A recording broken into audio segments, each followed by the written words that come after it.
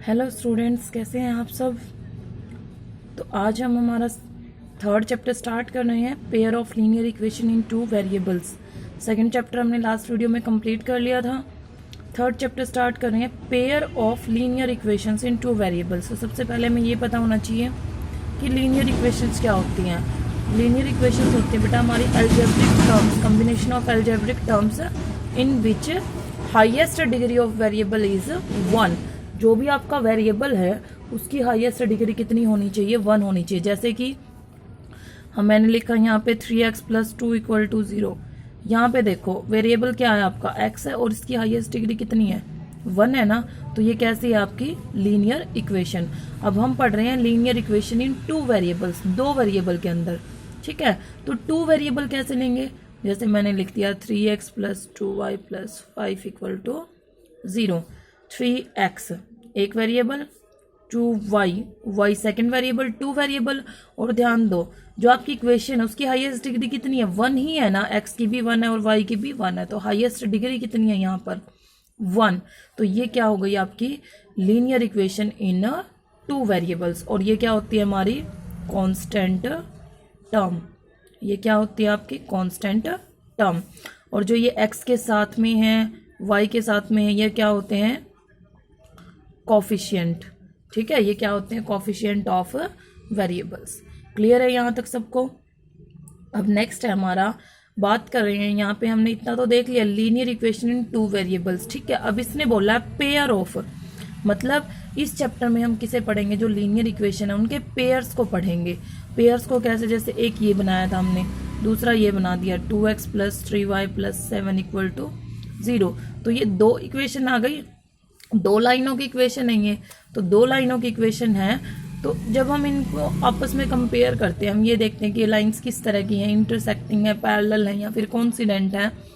तो इसके बारे में हम क्या करेंगे, इस चैप्टर में पढ़ेंगे। तो ये आपका pair of linear equation in 2 variables. Clear है। सबसे पहले हम दिखते हैं, सबसे पहले मैंने यहाँ पे लिखा है standard form of linear equation in 2 variables.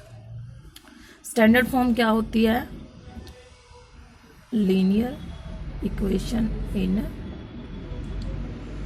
2 variables किस तरह लिखा जाता है उसको, ax + by + c = 0। इसको स्टैंडर्ड फॉर्म भी बोल सकते हैं हम, ठीक है। हम किस तरह रिप्रेजेंट करते हैं लीनियर इक्वेशन इन 2 वेरिएबल को, ax + by + c = 0। क्लियर है यहाँ तक। अब हम यहाँ पर थोड़ा सा इंट्रोडक्शन देख लेते हैं इसका थोड़ा सा, कि लीनियर इक्वेशंस में आप किस तरह 2 पेयर लेने हैं आपको, किस तरह 2 इक्वेशंस हमको किस तरह से कंपेयर करना होगा हमें, ठीक है। तो मैंने यहाँ पे लेट कर लिए हैं, लेट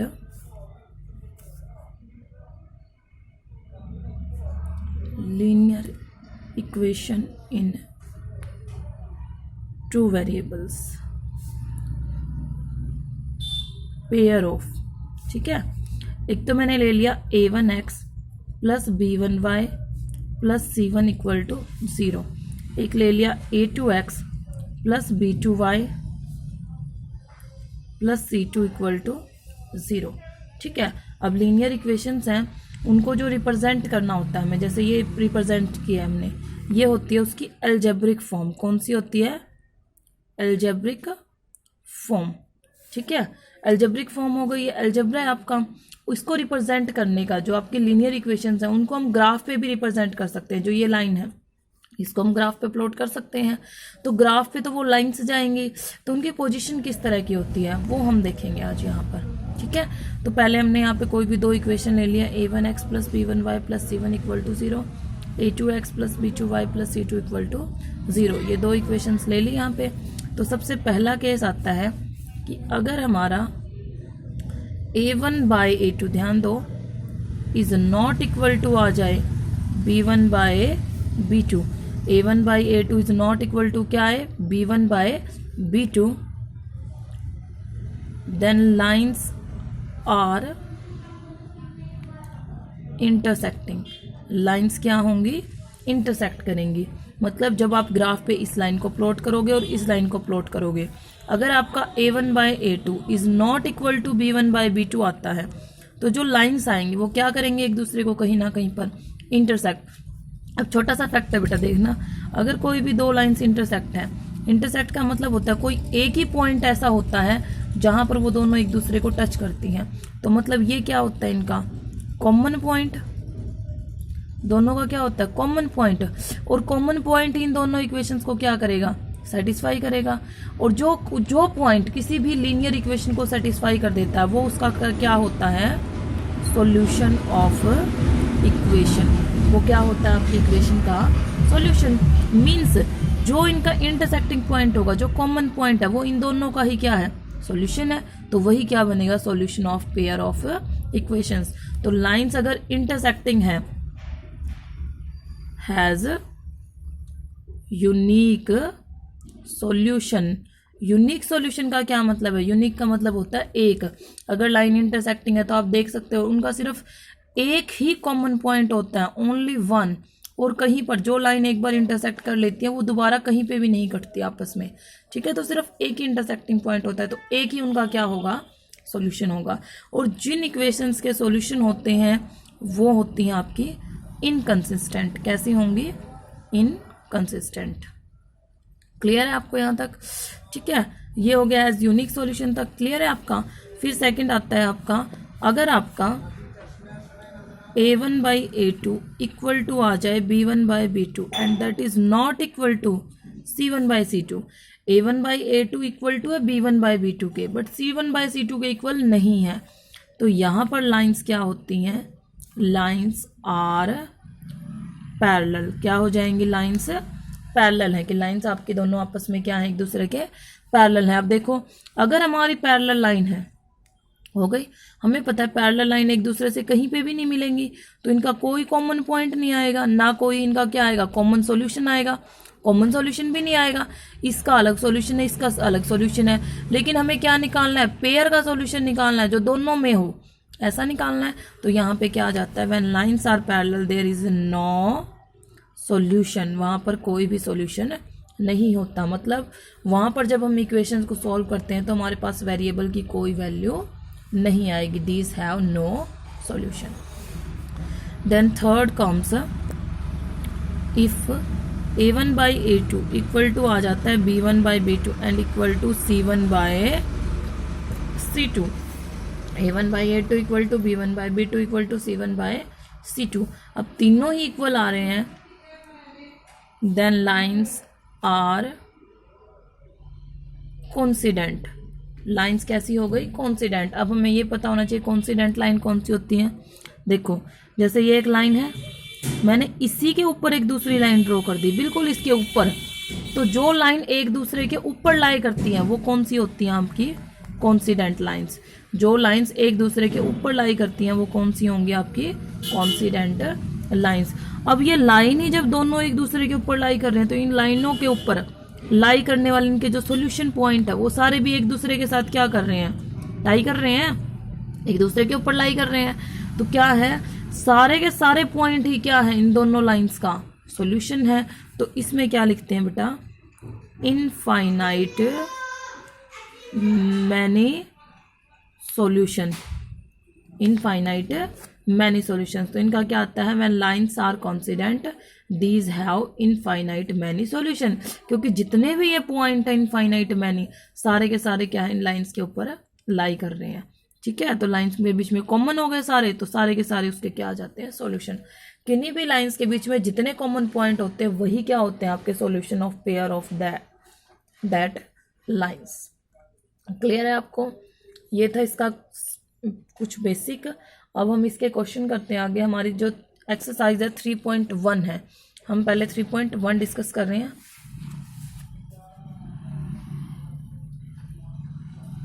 इसकी स्टेटमेंट्स को मैंने अलग से लिखा हुआ है। देखो हम इक्वेशन 3.1 में ही इसको ग्राफिकली और एल्जेब्रिकली रिप्रेजेंट करना सीखेंगे। देन फर्स्ट क्वेश्चन है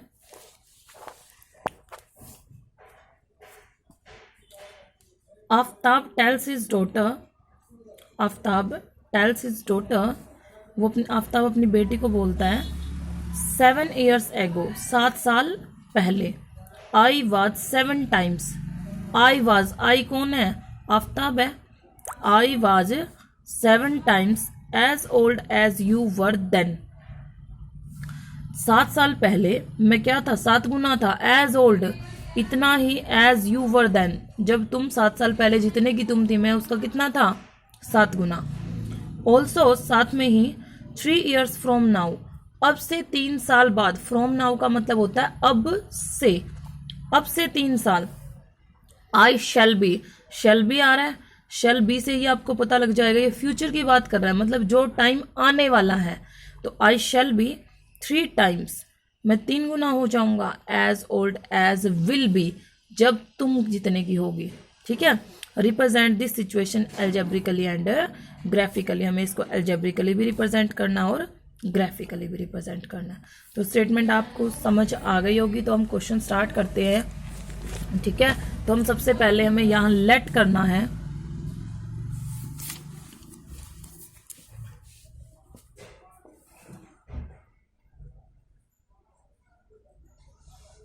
let Aftab's present is x years, let Aftab's daughter present age वो y years, दोनों की ले ली हमने एज यहाँ पे।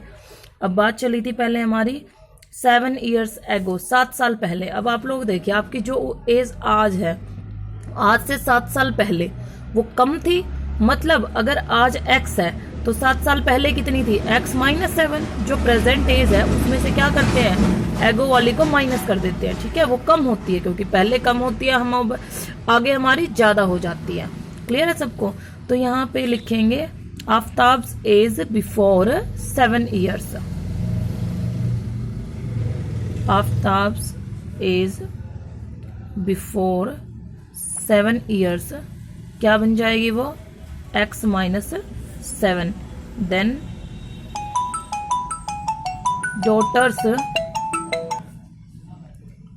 डॉटर्स एज बिफोर 7 years बनेगी आपकी y minus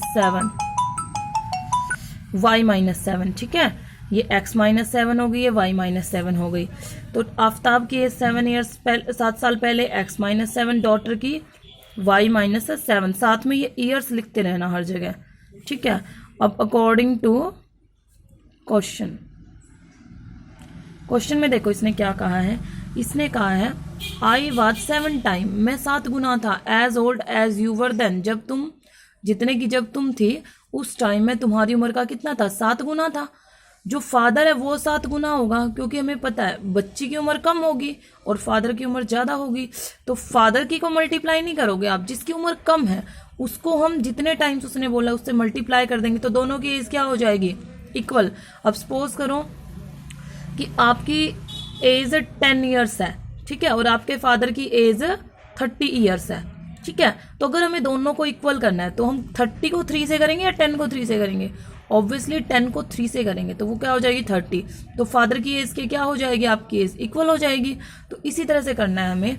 according to question ये क्या कहता है कि जो फादर है वो x माइनस 7 है, equal to 7 times of daughter age. इसलिए हमने क्या किया, डॉटर की एज को 7 से मल्टीप्लाई कर दिया, तो दोनों की एज क्या हो गई, इक्वल। तो यहाँ इक्वेशन बन गई आपकी x minus 7 equal to 7 minus 7 7 जा 49। y को इधर ले आओ, ट्रांसपोज कर दिया, 7 प्लस का माइनस का हो गया, minus 49 plus 7, x minus 7 y equal to minus 42। First equation clear है यहाँ तक? ठीक है, फिर कहता है आफ्ताब्स एज आफ्टर, किसकी बात की है इसने यहाँ पे, 3 years फ्रॉम नाउ, अब से 3 साल बाद। तो क्या लिखोगे, आफ्ताब्स एज आफ्टर 3 years, 3 साल बाद क्या बनेगी, x प्लस 3 years। फिर है डॉटर्स एज आफ्टर 3 years बन जाएगी y प्लस 3 years हो गई। अब इसने क्या कहा है कि 3 years from now I shall be 3 times, अब मैं 3 गुना हो जाऊंगा, as old as will be, जितने की तुम होगी मैं उसका 3 गुना। तो इसमें भी क्या करेंगे, अकॉर्डिंग टू क्वेश्चन में क्या करोगे, जो x+3 है वो फादर है, बड़ा है, y+3 डॉटर है, तो 3 से मल्टीप्लाई किससे कर दोगे, डॉटर की एज को, दोनों को क्या रख दोगे, equal, x+3 equal to 3y+9, तो x-3y इक्वल टू 3, उधर जाके -9 में से 3 गया 6, इक्वेशन सेकंड। तो आप लोग देख सकते हो हमने यहाँ पर 2 इक्वेशन बना दी है, बन गई है हमारी 2 की 2 इक्वेशन। तो ये दोनों इक्वेशंस क्या है, इसकी एल्जेब्रिकली रिप्रेजेंटेशन, क्योंकि इसने क्या कहा था, represent this situation algebraically. Algebraically तो हमने इसकी दोनों इक्वेशंस बना दी हैं, तो अब हम इसको ग्राफिकली और शो करेंगे, साथ में ग्राफिकली भी बताना है, तो ग्राफिकली भी रिप्रेजेंट करेंगे। तो उसके लिए तो दोनों इक्वेशंस के लिए क्या कर लोगे, अलग अलग बॉक्स बनाओगे। किस तरह से, एक इक्वेशन है x माइनस सॉरी यहाँ पे लिखना है आपको, graph 4x minus 7y equal to -42, हम इसका ग्राफ प्लॉट करेंगे। तो अब लाइन का ग्राफ कैसे प्लॉट करते हैं, आप लोगों ने 9th क्लास में किया होगा। इस तरह से हम वैल्यूज लेंगे x की और y की। तो सबसे पहले मैंने x को यहाँ 0 रख दिया, तो अगर मैंने x को 0 रखा है तो ध्यान दो, x 0, ये पार्ट 0, तो -7y इक्वल टू -42, माइनस से माइनस गया, y इक्वल टू 42/7 6 जा, y इक्वल टू कितना आएगा 6 आ गया यहाँ पे। ठीक है, अब हमें और वैल्यू रखनी है, तो मैंने क्या किया, यहाँ पे x की जगह 7 रख दिया। ठीक है, क्योंकि अगर मैं y को 0 करती हूँ तो x इक्वल टू -42, बड़ी वैल्यू जा रही है, ज़्यादा बड़ी वैल्यू लेंगे हमारा ग्राफ बड़ा बनता है, तो हम लगभग ऐसी वैल्यूज लेते हैं कि हमारे ग्राफ में आसपास ही आए सभी वैल्यूज। तो मैंने x को 7 ले लिया।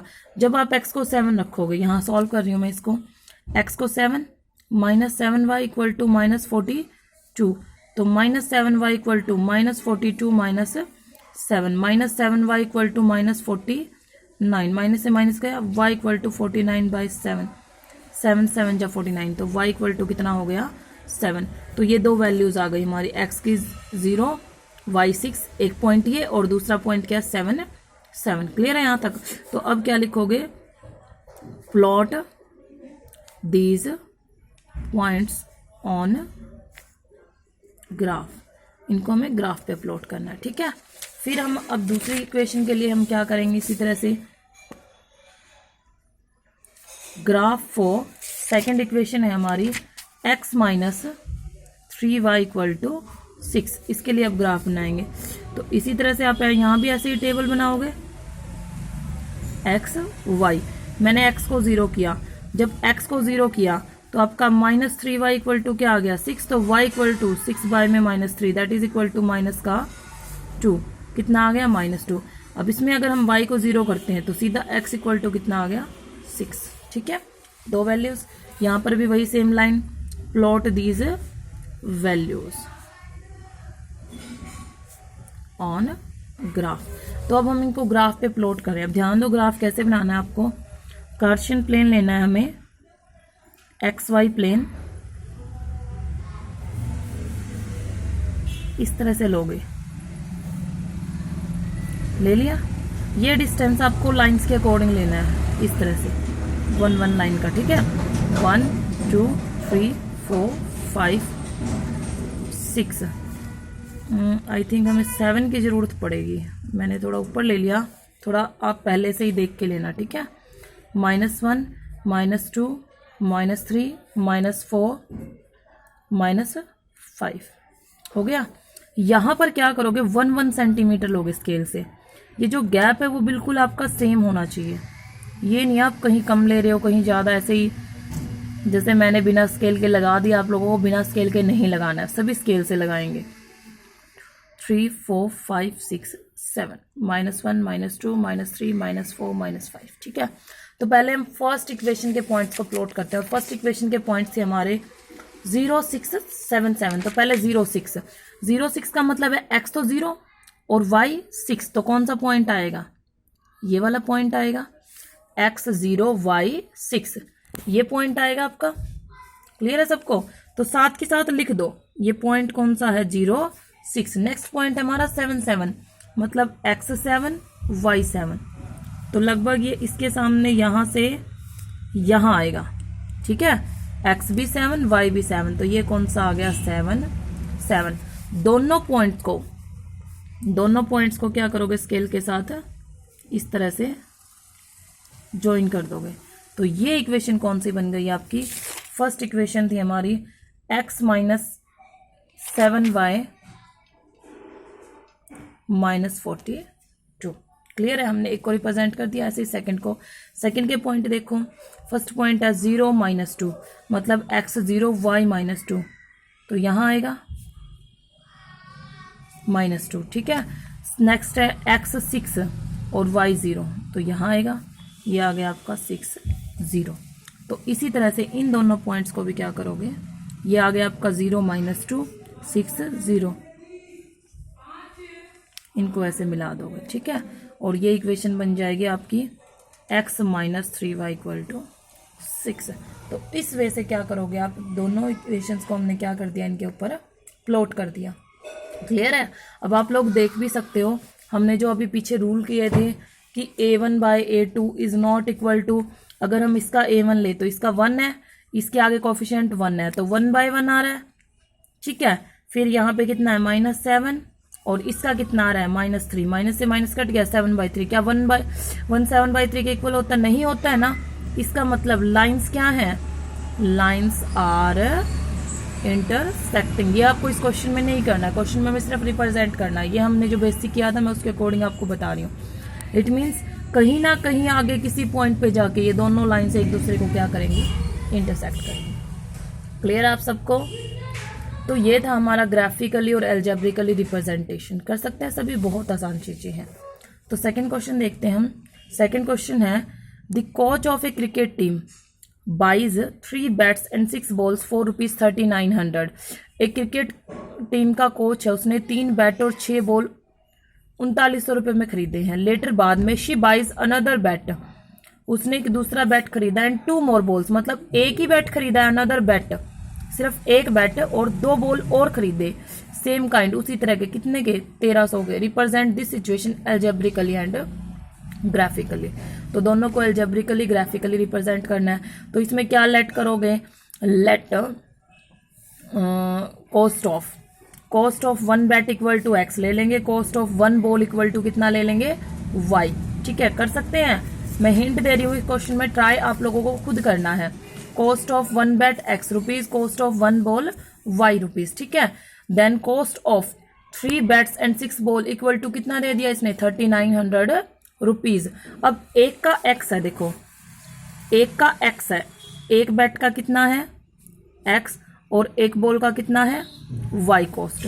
तो 3 बैट का कितना हो जाएगा 3x, और जो आपके बॉल्स हैं 6 बॉल्स हैं, 6 बॉल्स का 6y, और टोटल कॉस्ट मतलब ये भी कॉस्ट ये भी कॉस्ट, टोटल कॉस्ट कितना है 3900।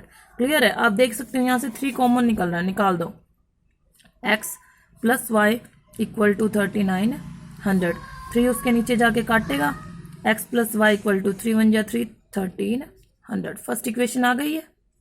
सॉरी, ये 3 कॉमन निकाला, यहाँ 2 आएगा, 3 2 जा 6, ठीक है। तो यहाँ पे x plus 2y equal to 1300 आ गई फर्स्ट इक्वेशन। सेकंड बनाएंगे, इसने कहा शी बाइज अनदर बैट, दूसरा एक बैट और 2 बॉल। इट मीन्स एक बैट का कॉस्ट x और 2 बॉल का 2y इक्वल टू 1300। ये आपकी सेकंड इक्वेशन। तो एल्जेब्रिकली हमने दोनों को रिप्रेजेंट कर दिया। ग्राफिकली आप लोग बोलोगे मैम ग्राफ तो इनका सेम बनेगा। हाँ जी, इनका ग्राफ दोनों का सेम बनेगा, क्योंकि जो पॉइंट इसके आएंगे वही पॉइंट इसके, दोनों इक्वेशन आप लोग देख सकते हो सेम है। जब आपका a1 by a2, b1 by b2, c1 by c2 तीनों ही इक्वल आ जाते हैं, क्योंकि ये भी कट के 1, ये भी 1, ये भी 1, तीनों 1 आ रहे हैं। Then lines are coincident. कौन सी लाइन होंगी ये, कॉन्सिडेंट लाइन्स, ठीक है। कॉन्सिडेंट लाइन जैसे एक लाइन है दूसरी उसी के ऊपर लाई कर रही है, तो इन दोनों का ग्राफ है आपका एक ही लाइन रिप्रेजेंट करेगी। क्लियर है। बॉक्स दोनों के लिए बना के दिखाओगे और प्लॉट करोगे तो वो एक में ही प्लॉट हो जाएगी आपकी। क्लियर है सबको। थर्ड क्वेश्चन देखते हैं। The cost of 2 kg of apples and 1 kg of grapes. Cost of 2 kg apples and 2 kg and 1 kg of grapes on a day was found to 160। एक दिन उनका टोटल कॉस्ट कितना था 160। After a month the cost of 4 kg of apples and 2 kg of grapes is 300, एक महीने के बाद उनका प्राइस ये हो गया। Represent this situation graphically and algebraically and geometrically. ठीक है, ज्योमेट्रिकली बोल दें या ग्राफिकली बोल दें, वो एक ही चीज होती है। क्लियर है? तो इसमें क्या लेट करेंगे हम, let cost of 1 kg of apple equal to x rupees and cost of 1 kg of grapes equal to क्या ले लोगे, y। देन फर्स्ट इक्वेशन क्या बनेगी आपकी, 2x plus y equal to 160, total cost ये है। सेकेंड इक्वेशन कैसे बनेगी, 4 kg एप्पल्स है तो 4x प्लस में 2 kg ग्रेप्स है तो 2y इक्वल टू 1300।